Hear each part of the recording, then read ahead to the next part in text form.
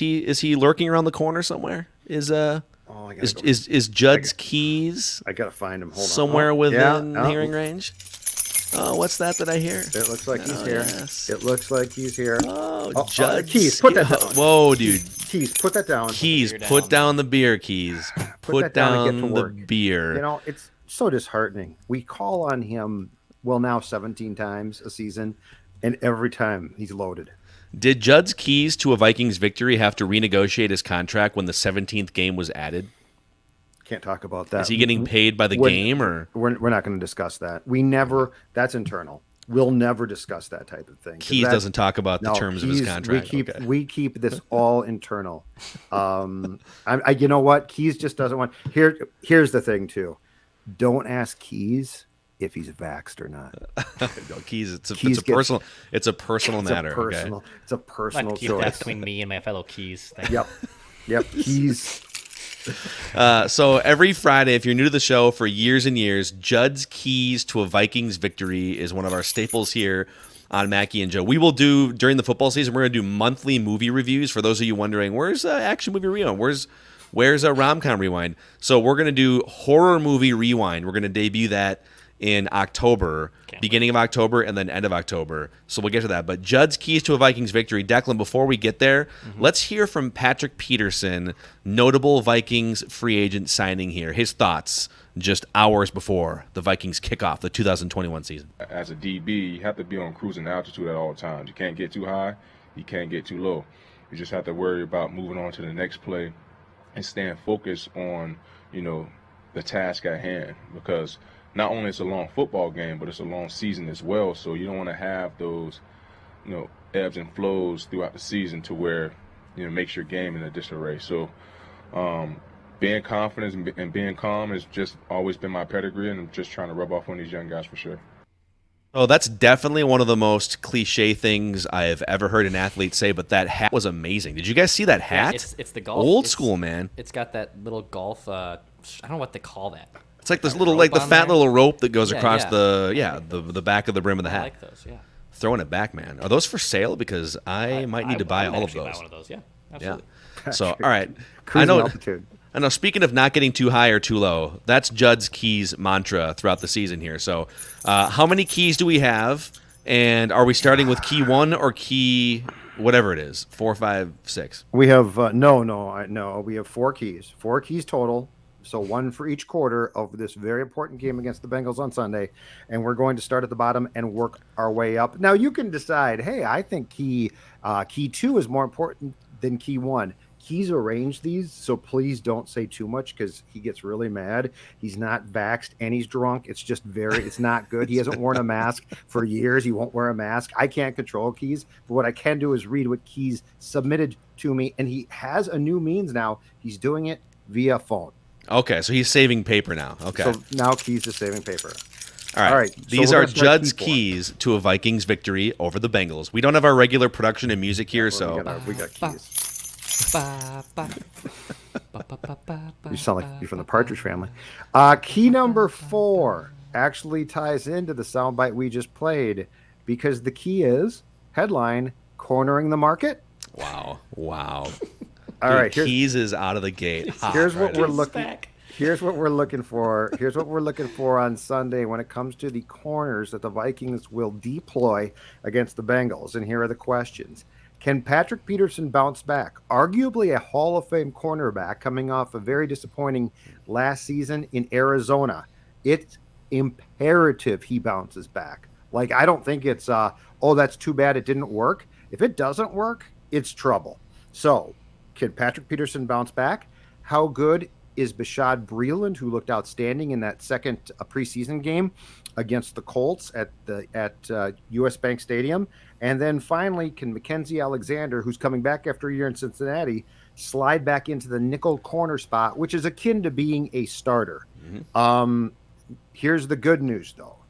So one of the Bengals' probably top receivers for this year, who's being counted on, is the 5th overall pick from the 2021 draft, former LSU teammate of Justin Jefferson, Jamar Chase, who's been struggling with the drops throughout training camp.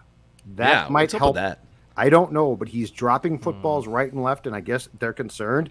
But anyway, the cornerback position, which will have essentially 3 new starters to me, is a very important first game to sort of set the tone and see where these guys are at and just how good they can be. Yeah. So I pulled up a note from our friends at Pro Football Focus. The highest graded cornerbacks last season that are on the Vikings roster this season are across the entire NFL are Bashaud Breeland. He was ranked 24th out of like 100 some, like 120 or whatever qualified cornerbacks. So it's very nice. Not bad. Cam Dantzler is second among guys on the roster. Cam Dantzler was the 33rd ranked overall cornerback last year. He has now fallen behind Chris Boyd and maybe even another guy or two. Harry Hand, yeah. He's 6th on the depth chart, gentlemen. So I think we would feel better about the cornerback situation if Cam Dantzler was like champing at the bit, just ready to, all right, he's a starter, but they're just too loaded because they got Breeland and they got Patrick Peterson, but Dantzler was so bad in preseason and training camp that kind of makes you feel like the depth isn't quite there. I think Dantzler's going to be good long term, but the way that he handled the demotion, it just doesn't seem like all is right there. I would, if I had to put money on it, I would say Patrick Peterson definitely has gas left in the tank and just needed A, some fresh scenery, and B, a cornerback guru like Mike Zimmer. If there's gas left in the tank, Zimmer will get it out. And I know that you could say, well, Xavier Rhodes was a disaster at the end of the run with Minnesota, and then he went and became fairly productive with the Colts outside of Mike Zimmer. But I legitimately think if there's gas left in the tank, Patrick Peterson is going to be good under Mike Zimmer. So, all right. So that was key 4. Okay. All right. Key number 3. Keys to a Vikings win. What's on the line? What's on the line? The offensive line, that is. Keys wants to know this. We talked about this briefly. Rashad Hill, a career backup for the most part, starts at left tackle.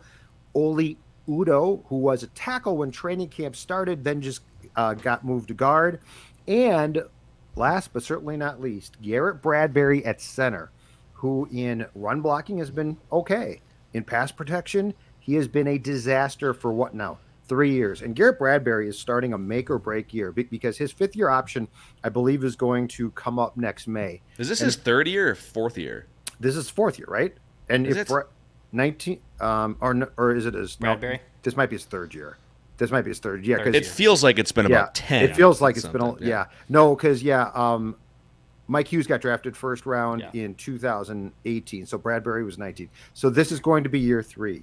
Dude, he's 26 years old too already. Is he really? Yeah. Is that old? Well, that's why it feels like he's 1,000 years. Yeah. He's been here a long time. Yeah. So we're not talking about Ezra Cleveland at left guard, but we are talking about at least 3 guys on this line who I have questions about.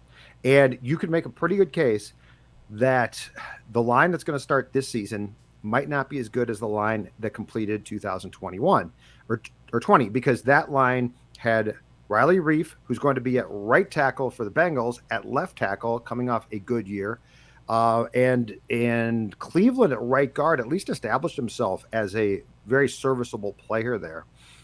Dozier being gone is going to help a lot. But the point is, I'm curious to see if these guys can pass protect, and I'm curious to see how the left side of that offensive line does, because that's Kirk's blind side, and that's the one place where if it breaks down, you're going to hear the excuses quickly. Well, what's Kirk supposed to do? The left side broke down. My current 1 through 5 offensive line power rankings, if you will. Just in like, I'm not just saying as pass protectors. I'm counting their entire game as offensive linemen. Okay. Brian O'Neill, number 1 by 6 car lengths. Ezra Cleveland, number 2. I like the fact that they threw him in the fire at a position and a side of the line last year that he's never played, and he held his own. Yeah.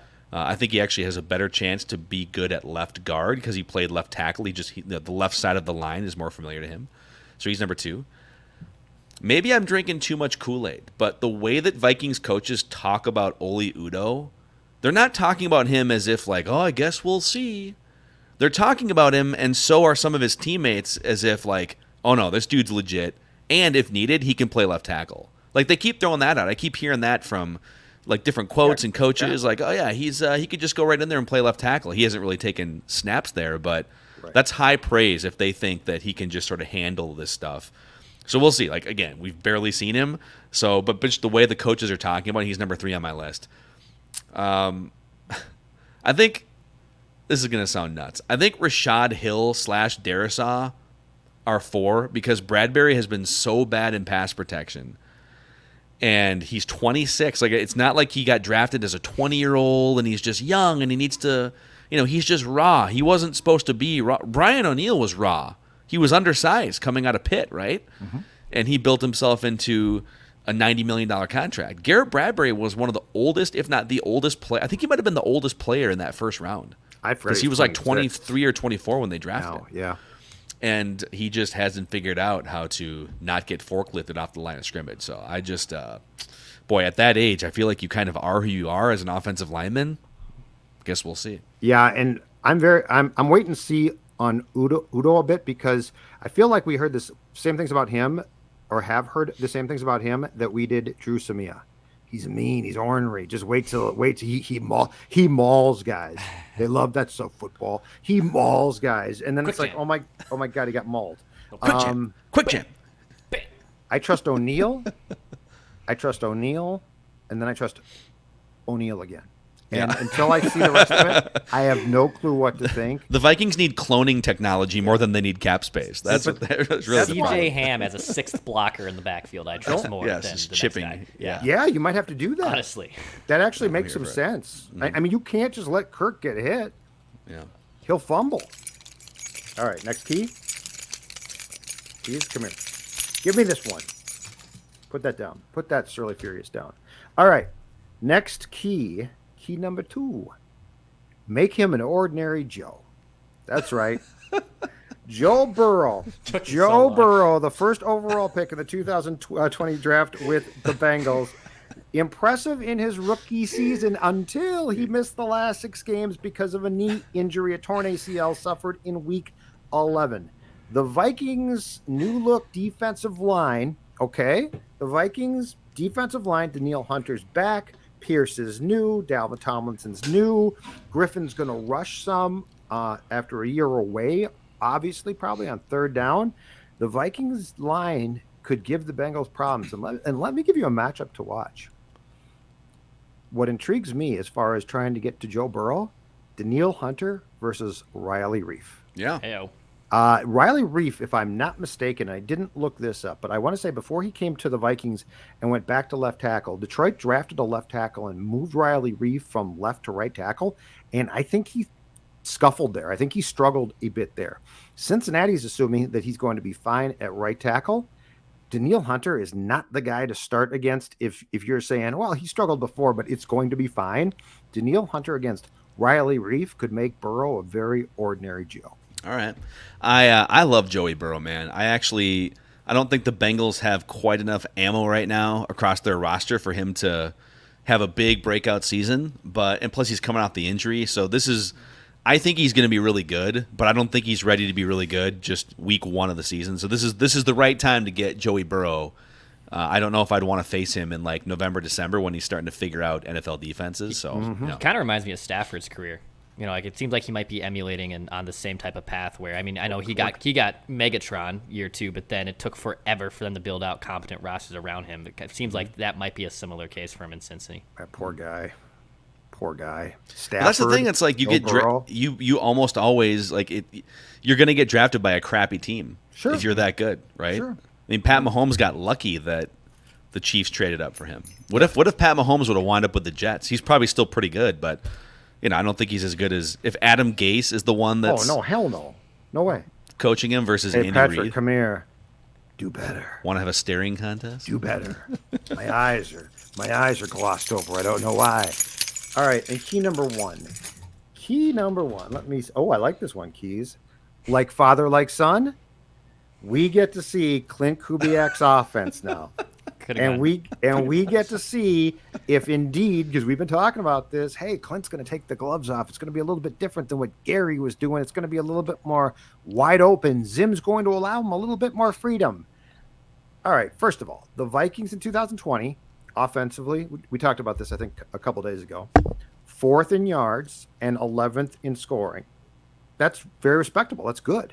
But when it came to pass attempts, this is 2021, 27th in just flat out pass attempts. Yeah. So is Clint Kubiak going to have gone to Zim? Does he even have the ability to have gone to Mike and be like, okay, I've been watching a lot of film of what you like to do and what my father, Gary, who's now hunting and fishing and watching old TV shows like to do. He's just watching Gunsmoke. Andy Griffith.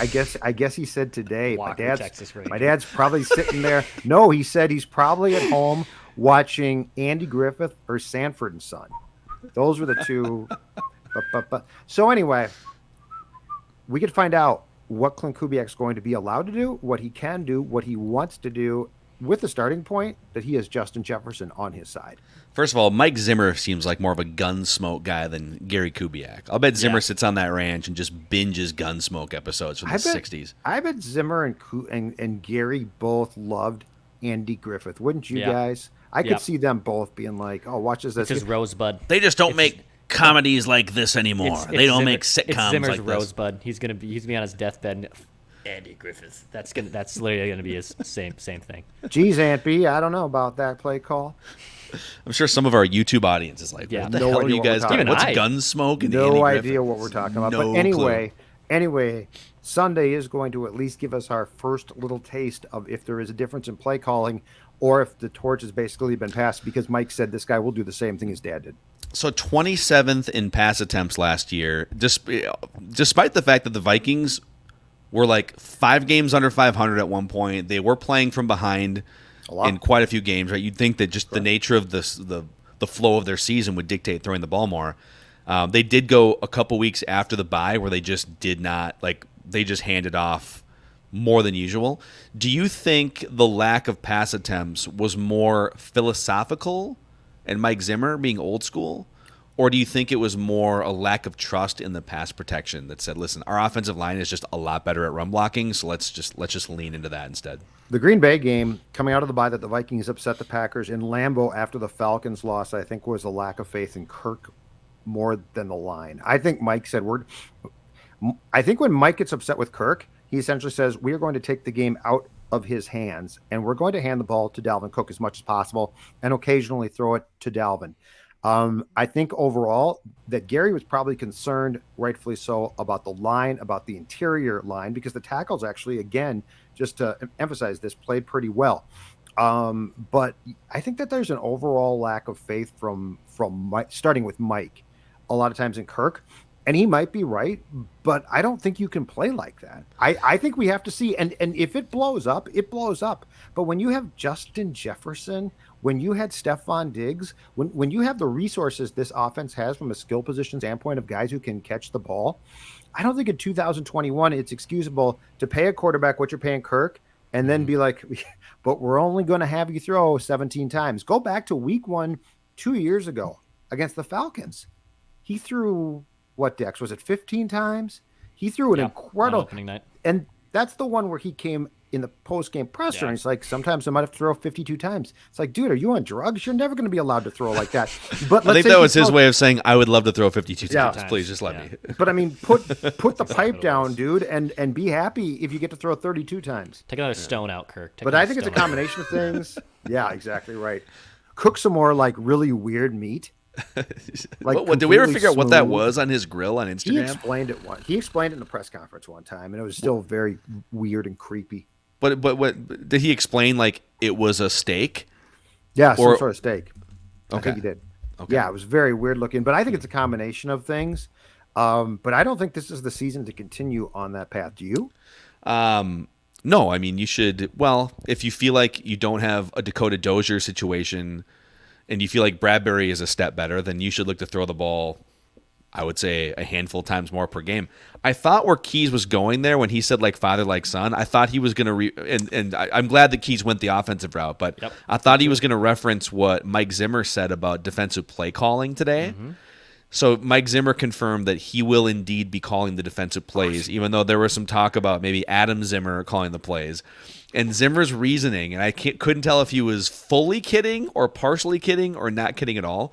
He said, yeah, if things don't go well, I can fire myself from that role and then someone else can take over.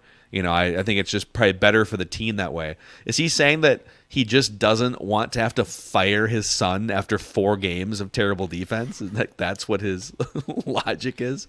I have no idea. He's not going to fire his son, right? As Adam Zimmer, is he what Corleone of the Godfather family? Vito Corleone's obviously Mike Zimmer here, and for whatever reason he doesn't trust his Fredo. He doesn't trust Fredo. Adam Zimmer is Fredo basically, and he doesn't trust him at all to run the family business. Mike was never going to give that job up. He was trying to be nice to his kid. He was never going to give him that job. And by the way, Mike's threat was, well, yeah, we've got a young offensive coordinator now. We've got a young special teams guy. I might want more involvement. I got to be honest, in game, I don't know how much more involvement I want Mike to have offensively.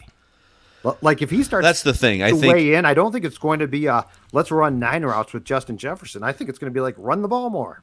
That's the thing. It's like I want my head coach to be more involved with the quarterback. But Mike Zimmer, after 7 years, not really being involved. Well, he was involved with Teddy. Not really being involved the last few years. I think it's just, be careful what I wish for. The only area where I would say that it could improve him, and I don't know for sure, but it could improve him, would be an actual game/clock management. I mean, because that could certainly improve. There's got to be. You guys ever see those masterclass ads on like social media where the world's top experts explain their craft over several hours, where like Natalie Portman explains acting for 30 hours and it's a video course, or whoever, name a top chef, right? Yeah. Natalie Portman's great. We need like Bill Belichick to do a master class who says, this is just going to be me for 40 hours, and I'm going to explain clock and game management here. And Zimmer needs to take that course. He likes that stuff. How many? Bill will ramble on philosophical things about football. Has there been a Vikings head coach in the last 30 years since Denny that you have felt like really gets game and clock management, where you're like, oh yeah, okay, once we get inside 4 minutes, like all of the timeouts are preserved. He's just running circles. He's playing chess. The other coaches are playing checkers. 98 took a knee, didn't take the chance when he should have. Yeah. I know it's a tough thing, but I mean, there are some things with Mike where I'm surprised he hasn't progressed more. Aren't you?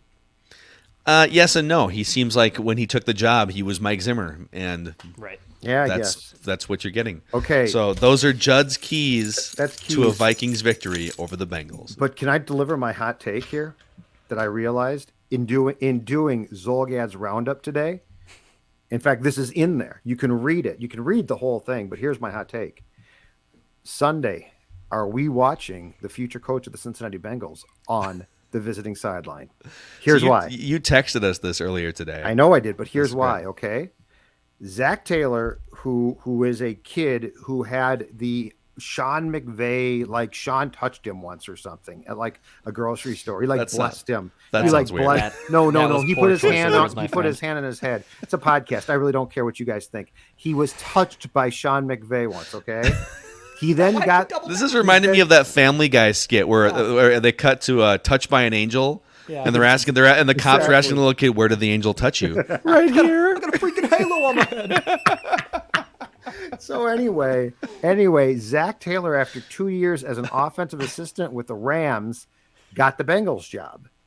In his 2 years in Cincinnati, he is 6-25-1.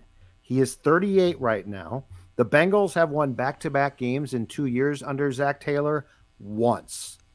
They are a dumpster fire. He is probably the one guy who got a job who shouldn't have, but he got one because he knew Sean McVay. Now, let me submit this.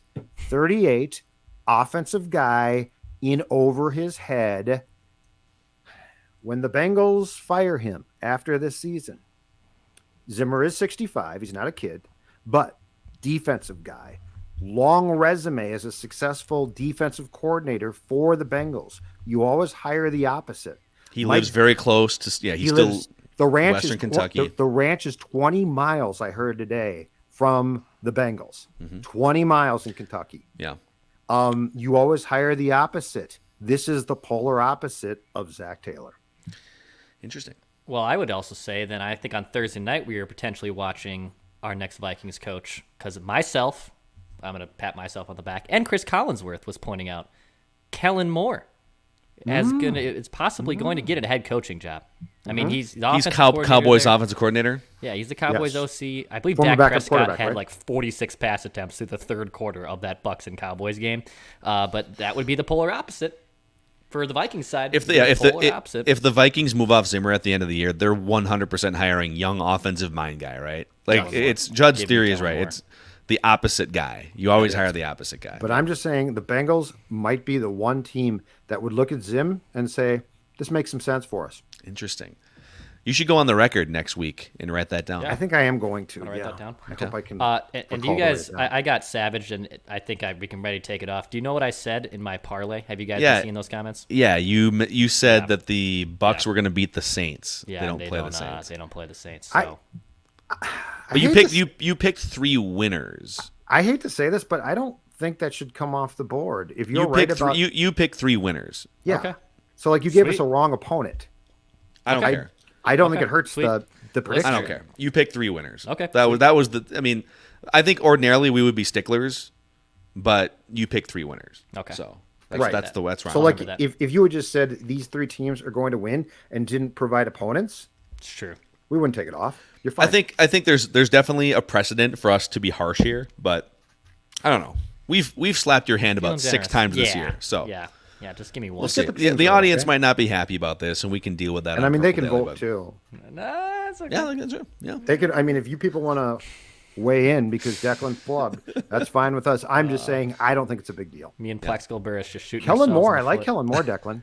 That's a good I like one. Kellen Moore too, man. He was That's awesome good, at Boise but that's State, a great name. And, Younger. Kellen Moore coaching friendly. Kellen Mond. Wow. Oh, dude, inject it. I'm gonna get Kellen explode. squared tattooed from chest to chest in a year from now. Can't wait. Yeah. Kellen Mo squared. All right. That's a wrap on Mackie and Judd here. Judd's keys to a Vikings victory. Like father, like son. Definitely hit us up on that SKOR North YouTube comment section if you want to make it to a Feedback Friday episode. You can also follow us. We just hit 1,000 followers on TikTok, the SKOR North TikTok account. Awesome. Appreciate that. And Purple daily Vikings discussions, and even more with bonus episodes. So we got you covered as the Vikings start week 1 of the regular season. See you guys there.